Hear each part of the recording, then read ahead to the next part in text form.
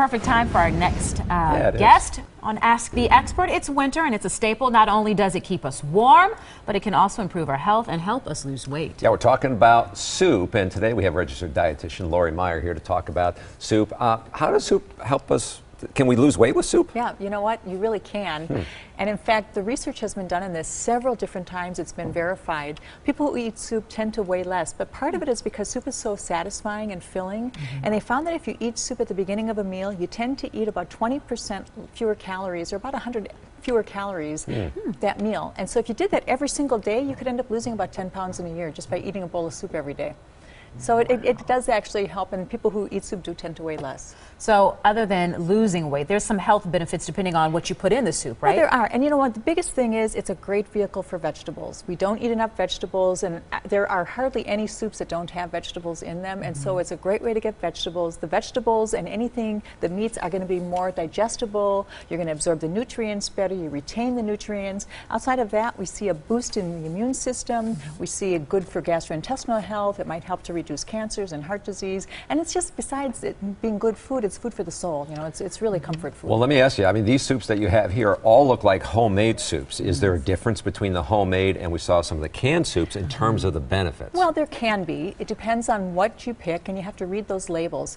If you're getting a lot of vegetables, and particularly if they don't have too much salt and they don't have a lot of sugar and other additives, that could end up being detrimental. So these homemade? These are all homemade. You know, she only brings homemade. And they're not that hard to do. I mean, soup, you can put any vegetables in a broth together, but I brought some of the best ones. I brought chicken soup.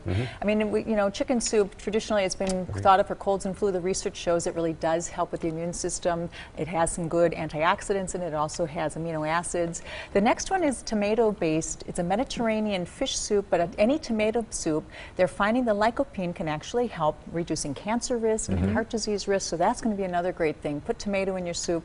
Butternut squash soup, you guessed that one. Squash is really good carotenes. They're really good for the eyes. They're good for the immune system. They also are a great source of potassium. So even though you might think soup has a lot of salt, this is really good for blood pressure. Next, I have a lentil soup. And lentils, any of the bean family, they're rich in protein and fiber, a lot of B vitamins, folate. And so this is going to be really good for heart disease, also for diabetics.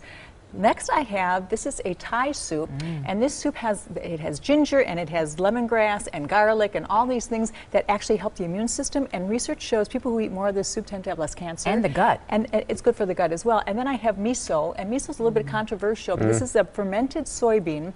Research shows that this might be really beneficial for breast cancer in particular. So a lot of soup out there. Pick Lots one, of good choices. have a bowl of soup today. All right.